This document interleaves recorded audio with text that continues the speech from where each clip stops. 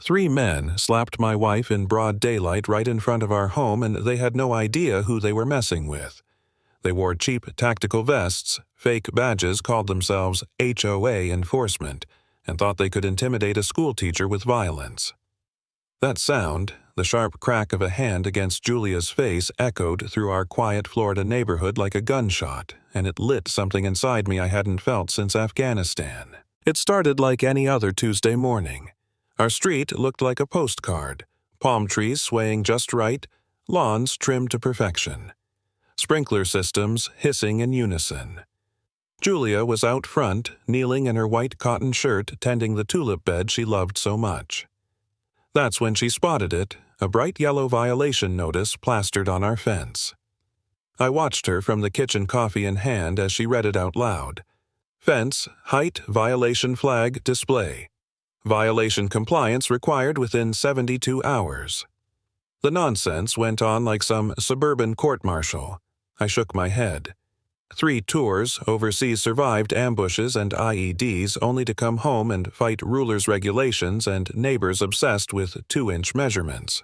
Julia did what any smart woman does. She pulled out her phone and started recording. She knew the HOA, she knew how they played, and she knew the only defense was evidence. That's when I saw them. 2 oversized wannabes strutting across our lawn like they were raiding a compound, Vince and Tony. Tactical vests, crooked badges that said compliance swagger that belonged in a frat house, not my yard. Vince barked in this drill sergeant wannabe voice, "Ma'am, stop recording enforcement action immediately."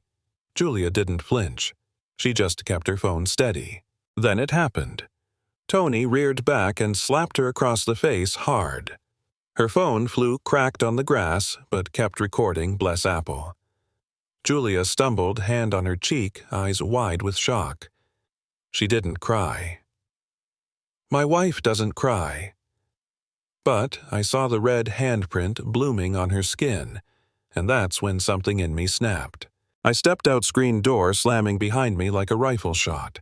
The temperature dropped 10 degrees. "I'm a Navy SEAL," I said. Voice calm, steady, deadly.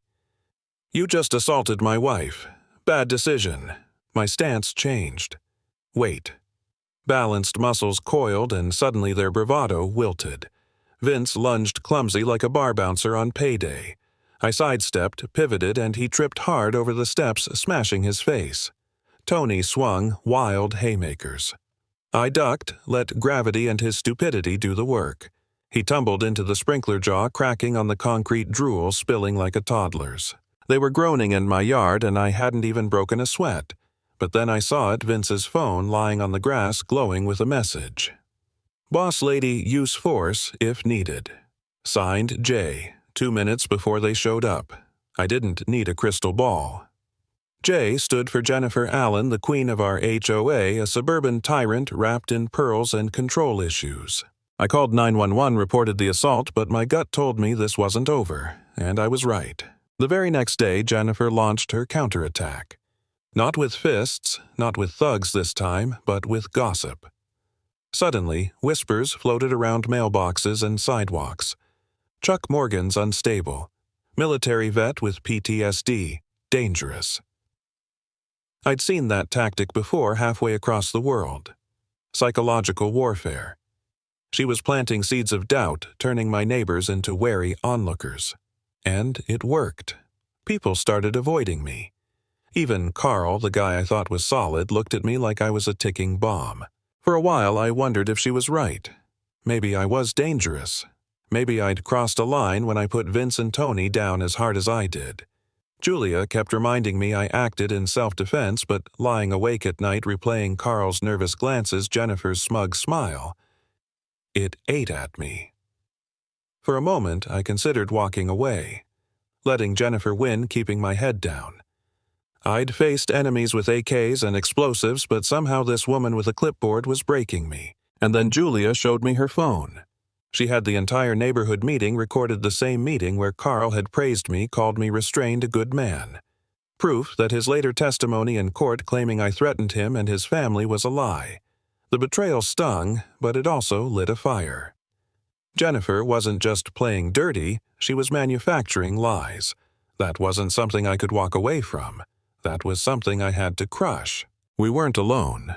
Agnes, the lonely widow across the street who'd been Jennifer's eyes and ears for years, showed up at our door, trembling, clutching an envelope. Inside were photos of Jennifer's control system, a notebook filled with every neighbor's so-called weaknesses. Late payments, personal struggles, family issues. She tracked them, all weaponized them. It wasn't community management, it was surveillance. And Agnes had the receipts. Then came Greg, Jennifer's ex-husband.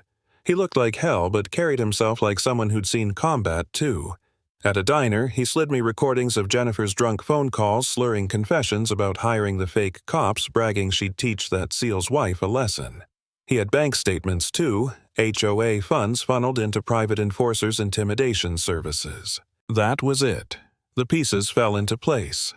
Jennifer wasn't just power-hungry. She was running a suburban dictatorship and she had no limits. The HOA meeting that night was standing room only. Neighbors packed in arms, crossed faces, tight with anger. I stepped up to the podium and played Julia's assault video on the projector. Gasps, curses, people muttering in shock. Then we blew up images of Jennifer's notebook, each page filled with pressure points. Mrs. Chen's purple mailbox, Ray's barking dog, Carl's $500 debt. The room went dead silent, then erupted with rage. And then came the knockout punch, Greg's recording. Jennifer's own voice, slurred but clear. I hired those compliance idiots to teach that SEAL's wife a lesson. Everyone breaks under enough pressure. The room lost it. Shouts, demands, people standing and pointing at Jennifer, who sat stiff in her chair, face pale, but eyes burning. The vice president of the HOA called for a vote of no confidence. Hands shot up everywhere. Jennifer lost in a landslide. But she didn't go quietly.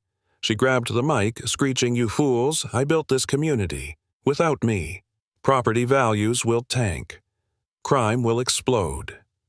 You need me." Security tried to escort her out, but she ripped free, turned on me with eyes like knives, and spat her final venom. Chuck Morgan. You have no idea what's coming. Phase 3 doesn't need HOA power. I've already set it in motion. Her smile was pure malice, and for the first time I felt a chill, because I believed her. The courtroom days later was packed, neighbors, reporters, even law enforcement. The evidence was ironclad. Julia's video, Agnes's photos, Greg's recordings, the financial records. Jennifer's mask cracked completely. She ranted about me being entitled dangerous, a threat to the neighborhood.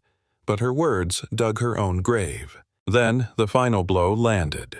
Digital forensics traced the anonymous threat against Julia's school, Sunset Elementary, back to Jennifer's own phone. She tried screaming it was a setup, that Greg framed her, but no one bought it.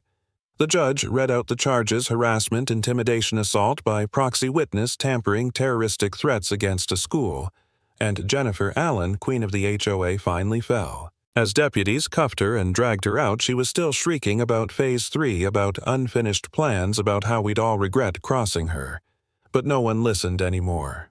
Her power was gone. Her reign was over. And me, I stood there in that courtroom holding Julia's hand, watching Jennifer disappear behind steel doors, and I felt something I hadn't felt in months. Relief. Not joy, not celebration.